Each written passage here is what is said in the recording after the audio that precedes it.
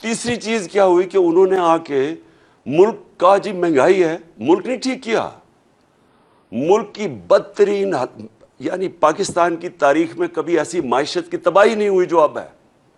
روپیہ تقریباً 200 پتہ نہیں 30 روپے پہ ڈالر پہنچ گیا، سٹاک مارکیٹ گر گئی، انڈسٹری کا برا حال، کسان علیحدہ رو رہا ہے، مہنگائی آسمانوں پہ پہنچ گئی ہے. ان کو کوئی اس کی فکر نہیں تھی. انہوں نے آتے ساتھ ہی صرف اپنی چوری 1100 ارب روپے چوری کے کیسز معاف کروائے. ہم نے پوری کیمپین کی، عوام نکلی. کبھی بائی الیکشن کے اندر اس طرح کی پبلک نہیں نکلی، اتنی تعداد میں کبھی پبلک نہیں نکلی. عورتیں نکلی، سب سے زیادہ نوجوان اور جو خواتین نکلی ہیں ایسے کبھی پاکستان میں نہیں نکلی. عورتیں نکلی، بچوں نے آ کے کھڑے جلسوں میں شرکت کی، فیملیز نکلی.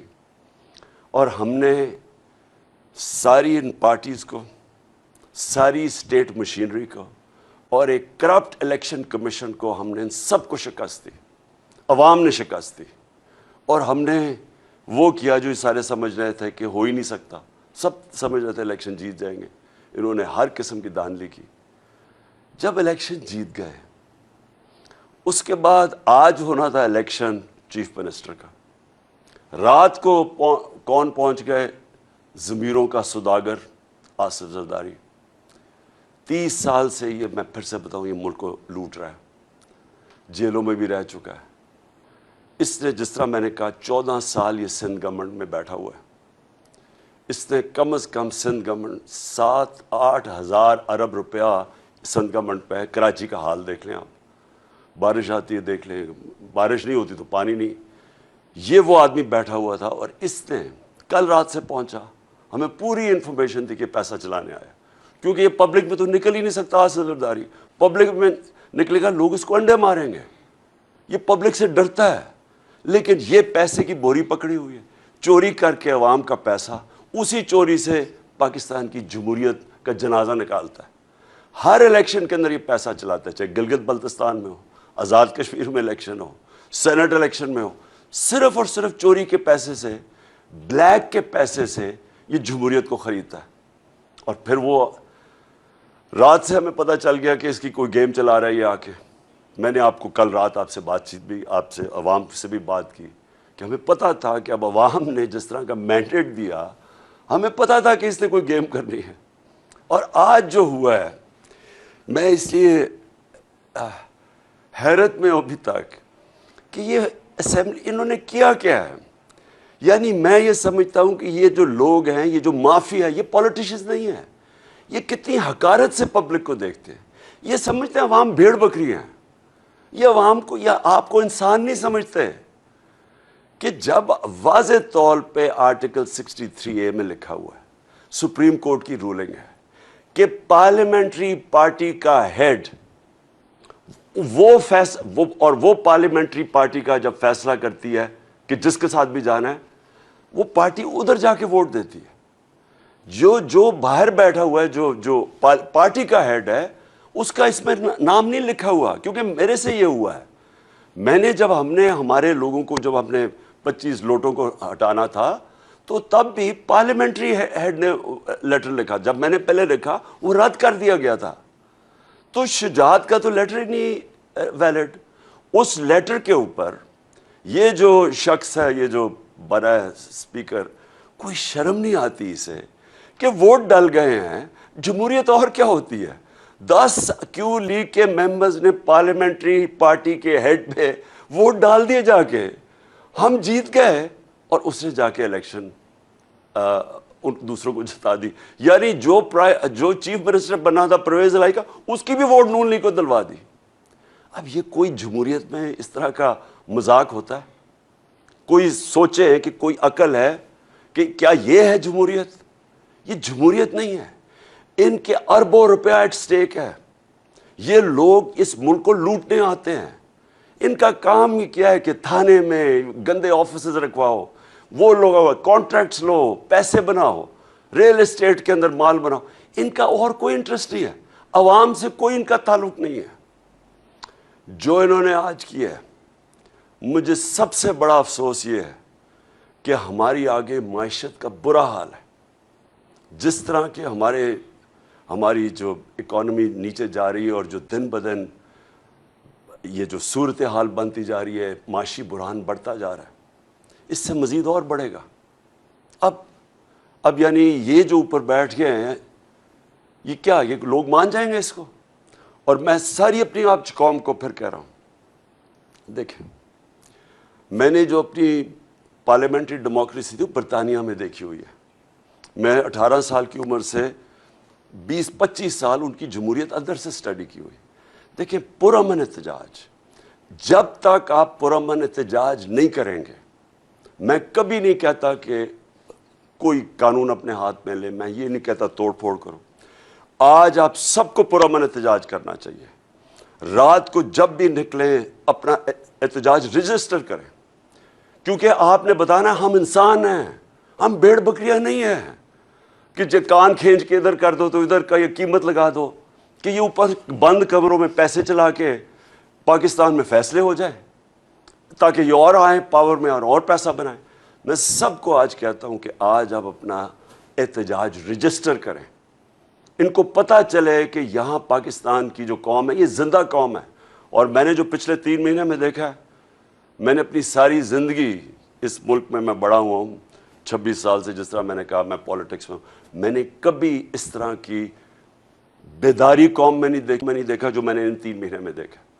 اور میں اس لیے کہتا ہوں کہ آج میں نوجوانوں کو خاص طور پہ کہہ رہا ہوں کہ آپ سب کو آج رات اپنا احتجاج رجسٹر کرنا چاہیے کہ یہ جو ظلم کیا ہے اور انہوں نے ہماری جمہوریت اور پبلک مینڈیٹ کا کو ذبح کیا ہے، آپ سارے اپنا رجسٹر کریں پروٹیسٹ۔ اور میں آخر میں اپنے سپریم کورٹ کو کہتا ہوں کہ دیکھیں ساری نظریں اب آپ کی طرف ہیں۔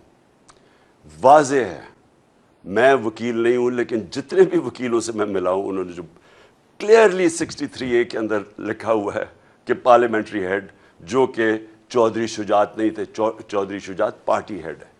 اور مجھے یہ بھی افسوس سے کہنا پڑتا ہے کہ جب تک آصف زرداری جیسے آدمی، میں نے 26 سال پہلے یہ زرداری اور نواز شریف کے خلاف جہاد شروع کی تھی، یہ لوگوں کو جب تک ہمارا انصاف کا نظام نہیں پکڑے گا، میں کہتا تھا کہ میں ان کو NRO نہیں دوں گا، میں کیوں بار بار کہتا رہا 3.5 سال، پورا میرے اوپر پریشر ڈالا گیا کہ ان کو NRO دے دو، میں بار بار کیوں کہتا رہا ہوں؟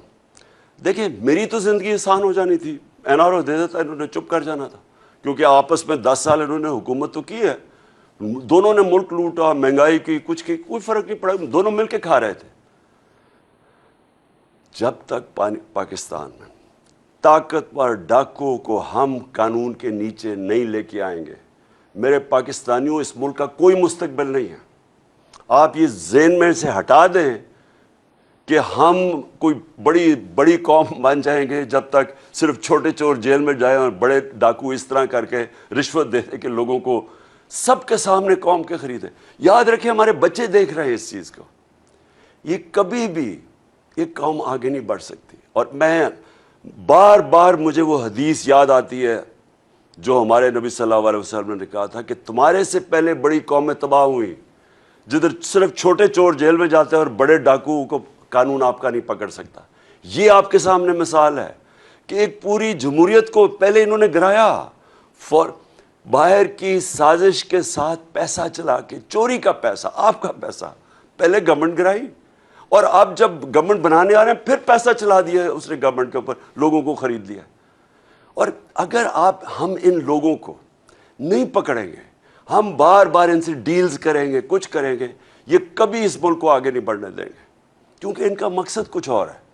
ان کا مقصد پاکستان نہیں، ان کے تو پیسے باہر پڑے ہوئے ہیں۔ جیسے جیسے روپیہ، میں نے کل بھی کہا تھا، جیسے جیسے روپیہ گرتا رہے گا ان کی دولت میں اضافہ ہوتا رہے گا۔ ان کے تو ڈالرز میں پیسے پڑے ہیں، روپیہ گرے گا ڈالر اور تکڑا ہو جائے گا، ان کے پاس تو اور پیسہ، ان کی دولت بڑھ جائے گی، پیسے ان کے اربوں ڈالر باہر پڑا ہوا ہے۔ میں آج پھر سے سب کو میں کہتا ہوں، آج آپ سب نے پرامن احتجاج کرنا ہے اور بتائیں کہ آپ زندہ قوم ہیں، رجسٹر کریں اپنا پریزیڈنٹ، موبائل فون پہ بتائیں قوم باہر نکلی ہوئی ہے، ہم یہ ایکسیپٹ نہیں کرتے، ہم ان ڈاکوؤں کو پبلک کے پیسے سے اپنا مینڈیٹ چوری کرنے کی اجازت نہیں دیتے۔